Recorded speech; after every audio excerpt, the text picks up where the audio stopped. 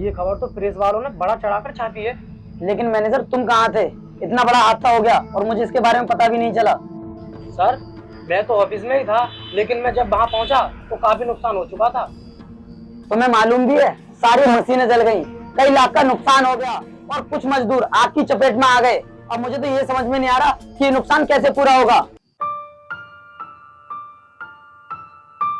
साहब। हाँ बोलो, क्या काम है? साहब, मेरे पिताजी आपकी कंपनी में काम करते थे और परसों के हादसे में जलकर उनकी मौत हो गई। देखो भाई, वो एक हादसा था, उसमें हम क्या कर सकते हैं। और तुम्हारे पिताजी ही नहीं बल्कि कंपनी को तो बहुत नुकसान हुआ है। साहब, अब मेरे पापा इस दुनिया में नहीं रहे, वही हमारे घर का गुजारा करते थे। अब उनके बदले में मुझे नौकरी चाहिए। देखो, अभी मैं तुम्हें नौकरी नहीं दे सकता क्योंकि हमारी कंपनी की बहुत सारी मशीनें जली हैं। उन मशीनों को ठीक कराना होगा और उन्हें ठीक करने में बहुत खर्च आएगा, इसलिए हम नए लोगों के लिए अभी नौकरी नहीं देंगे। साहब, वो सब मुझे नहीं पता। अगर मुझे नौकरी नहीं मिली तो हमारे घर का गुजारा कैसे होगा? तुम समझने की कोशिश करो, सर ने अभी बोल दिया ना कि नौकरी नहीं मिल पाएगी। अगर आप मुझे नौकरी नहीं दे पाओगे तो मुझे मेरे पिताजी की मौत का मुआवजा चाहिए। अगर आपने मुआवजा नहीं दिया तो मैं आपकी कंपनी पर केस कर दूंगा। तुम समझने की कोशिश क्यों नहीं करते हो? अभी नहीं है हमारे पास नौकरी। ठीक है साहब, फिर आप जेल जाने के लिए तैयार रहना। पता नहीं मैनेजर कैसे दिन आ गए हमारे। ये गरीब और गवार लोग हमें धमकी देकर जा रहे हैं। सर मेरा भाई जिसकी वजह से हमारा घर चलता था, आपकी फैक्ट्री में जलकर उसकी मौत हो गई है। अब मुझे आपकी फैक्ट्री में नौकरी चाहिए। देखो, जो भी आ रहा है नौकरी मांग रहा है, लेकिन हम अभी किसी को नौकरी नहीं दे सकते। लेकिन मदद के तौर पर आपके अकाउंट में कुछ पैसे डलवा सकते हैं। देखिए सर, पैसे देने से मेरा मरा हुआ भाई जिंदा नहीं हो सकता। मुझे नौकरी ही चाहिए। नहीं मिलेगी तुम्हें नौकरी, जाओ यहाँ से। सर अगर आप मुझे नौकरी नहीं दोगे तो मैं आपके खिलाफ कानूनी कार्रवाई करूंगी और आपकी फैक्ट्री ना बंद करवा दूंगी। सर आखिर ये हो क्या रहा है? जो भी आ रहा है हमें धमकी देकर जा रहा है।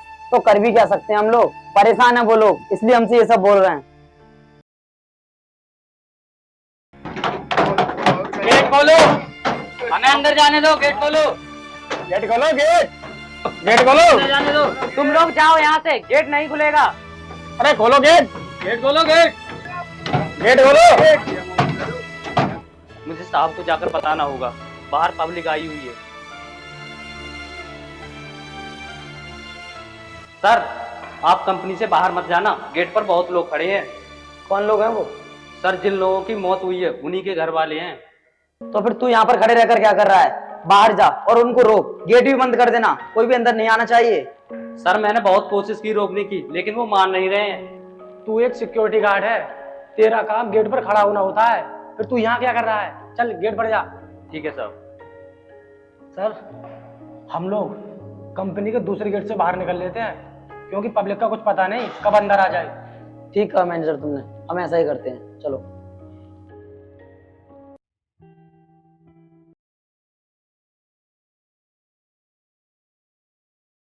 हाँ, आज शाम को ही मेरी फ्लाइट है और मैं निकल जाऊंगा।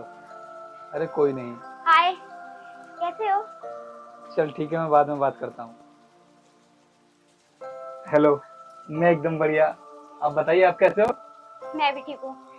मैंने तुम्हें आज यहाँ पहली बार देखा है। नए हो क्या यहाँ पे? हाँ, नया ही समझ लो। वो एक्चुअली क्या है ना कि मैं ज्यादातर टाइम बाहर ही रहता हूँ, यहाँ पर आना जाना कम ही रहता है मेरा। वैसे आप करते क्या हो? मैं चोरी करता हूँ। क्या कहा? चोरी? अरे आप डरो मत, मैं वो वाली चोरी नहीं करता हूँ, मैं तो लड़कियों की दिल चुराता हूँ। अच्छा जी, तो क्या तुम मेरा भी दिल चुरा पाओगे? हाँ, मैं तुम्हारा भी दिल चुरा सकता हूँ, क्योंकि मुझे ना लड़कियों का दिल चुराने में काफी लंबे टाइम का एक्सपीरियंस है। अच्छा जी, तो ये बात तो मैं तभी मानूंगी जब तुम मेरा दिल चुरा लोगे। अभी मैं चलती हूँ, ठीक है? Bye bye. अरे एक मिनट सुनो, अपना नाम तो बताते जाओ। लगता है इसको तो सेट करना ही पड़ेगा। अरे मेरा पर्स कहाँ गया? और मेरी पॉकेट में तो मेरा पासपोर्ट भी रखा हुआ था, सारी आईडी मेरे पर्स में ही थी। और ये लड़की कहाँ चली गई थोड़ी देर में? इसीलिए मुझे ये लाइन दे रही थी। ये तो एक नंबर की चोर निकली। अभी जाकर के इसका पीछा करता हूं मैं। सर, इस तरह नुकसान की भरपाई कर पाना बहुत ही मुश्किल है। अगर आप बुरा ना माने तो मैं आपको एक आइडिया बताऊं। हाँ बोलो। आप उस फैक्ट्री को बेच दो और जिसका भी जितना रुपया है सब वापस कर दो। कंपनी को तो मैं बेच देता मैनेजर, लेकिन मेरे दिमाग में ना एक बात खटक रही है कि हमारी कंपनी में जो हादसा हुआ है ना, वो अचानक से नहीं हुआ है, बल्कि मुझे ये लगता है कि वो किसी ना किसी ने जानबूझकर किया है। सर, ये क्या बोल रहे हो आप? और ऐसा कैसे हो सकता है? और आपका तो कोई दुश्मन भी नहीं है। मैनेजर, हमारी कंपनी के अंदर जितने भी सीसीटीवी कैमरे लगे हुए हैं ना, मैंने उनकी फुटेज चेक की थी। एक व्यक्ति अंधेरे के टाइम पर हमारी कंपनी के अंदर आता है, लेकिन मैंने सही तरीके से उसको जूम करके देखा तो उसका चेहरा मुझे साफ नहीं दिखाई दे रहा था और समझ नहीं आ रहा कि वो इंसान कौन है। शायद मुझे लगता है कि वो भी इस काम में इन्वॉल्व हो। सर, ऐसे कैसे कोई हमारी फैक्ट्री के अंदर घुस सकता है? बाहर गेट पर गार्ड भी तो रहता है। फिर तो सिक्योरिटी गार्ड ने उसको नजदीक से जरूर देखा होगा, वो हमको जरूर कुछ ना कुछ बताएगा। चलो हम उसके पास चलते हैं। रुकिए सर, फैक्ट्री पर जाना सही नहीं रहेगा। हम एक काम करते हैं, गार्ड को यहीं बुला लेते हैं। हाँ, ये ठीक रहेगा। फोन करो, बुलाओ उसे।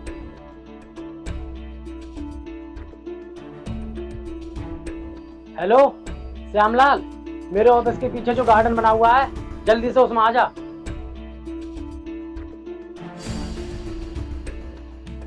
जी साहब बोलिए।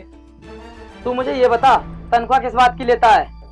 सर, मैं तो चौकीदार हूँ और मैं गेट पर रहता हूँ, इसी बात की तनख्वाह लेता हूँ। तो फिर एक अनजान आदमी हमारी फैक्ट्री के अंदर कैसे घुस गया? साहब, कौन अनजान आदमी? मैंने तो किसी को अंदर नहीं जाने दिया। तू एक बात बता मुझे, जिस रात हमारी फैक्ट्री में आग लगी थी, उस टाइम तू गेट पर चौकीदारी कर रहा था? हाँ साहब, मैं गेट पर ही था। मैं तुझे एक फोटो दिखाता हूँ और उसका चेहरा देखकर बता मुझे। ये देख, ये उसी रात का फोटो है इसका। साहब, ये कंपनी के अंदर गया था और अपने आप को नया वर्कर बता रहा था, इसलिए मैंने इसे जाने दिया। तूने उसे अंदर जाने से पहले मुझे एक बार कॉल किया? साहब, माफी चाहता हूँ, मैंने ऐसा नहीं किया। तेरी इस लापरवाही की वजह से हमारी कंपनी को करोड़ों रुपए का नुकसान हुआ है, और यही है वो इंसान जिसने हमारी कंपनी में आग लगाई थी। साहब, मुझे नहीं पता था ये ऐसा कर देगा। तो तू हमें ये बता, इसके बारे में कुछ जानता है? साहब, मैं इसके बारे में कुछ नहीं जानता, एक बार देख लूंगा फिर पहचान लूंगा। श्यामलाल, ये इंसान इतना बड़ा कांड करके इस शहर में नहीं रुकेगा और इस शहर को छोड़कर भी चला गया होगा। कैसे पहचानेगा उसे? सर, मुझे तो लगता है हमें ऐसे गार्ड को बाहर निकाल देना चाहिए जो हमारी फैक्ट्री की देखभाल ना कर सके। नहीं साहब, मुझे नौकरी से मत निकालो, मेरे भी बीवी बच्चे हैं, मैं कहाँ जाऊंगा।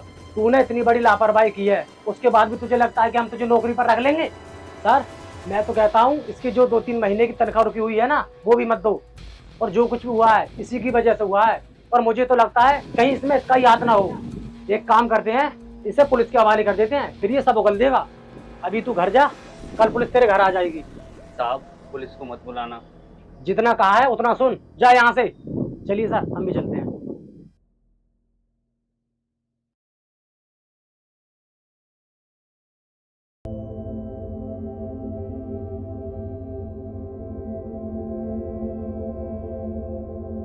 अरे, ये तो वही गार्ड है जिस कंपनी में मेरे भैया नौकरी करते थे। इसे चलकर पूछती हूँ।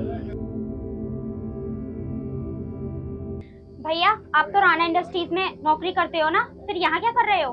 वो मैडम, मुझे नौकरी से निकाल दिया गया है। लेकिन तुम्हें नौकरी से क्यों निकाल दिया? कंपनी के मालिक को लगा था कि कंपनी में आग मेरी वजह से लगी है, जबकि मुझे ये भी नहीं पता कि कंपनी में आग किसने लगाई है। लेकिन आप मुझे कैसे जानती हो? जिस कंपनी में आप चौकीदारी करते थे, उस कंपनी में मेरे भैया काम करते थे और आग लगने की वजह से उनकी मौत हो गई। मैडम, मैं आपको एक फोटो दिखाता हूँ, अगर आप इसके बारे में जानते हो तो मुझे बताना। और इसी ने उस कंपनी में आग लगाई थी, आप इसे जानती हो? हाँ, मैं इसे जानती हूँ और मेरे पास इसका नंबर भी है। क्या मैडम, आप इसे जानती हो? एक काम करो ना, इसे यहाँ पर बुलाओ ना, मुझे मेरी नौकरी वापस मिल जाएगी। नहीं भैया, मैं इसे यहाँ नहीं बुला सकती क्योंकि मैंने इसका पर्स चोरी किया था। मैडम, एक काम करो, उसका नंबर मुझे दे दो, मैं उसको खुद बुला लूंगा। ठीक है भैया।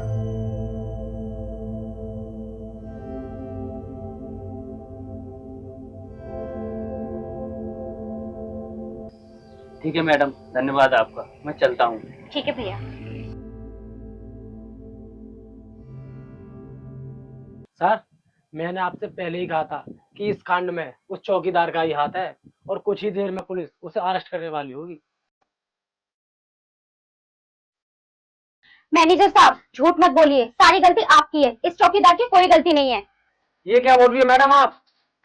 और ये चौकीदार यहाँ पर क्या कर रहा है? इसे तो पुलिस पकड़ने वाली थी।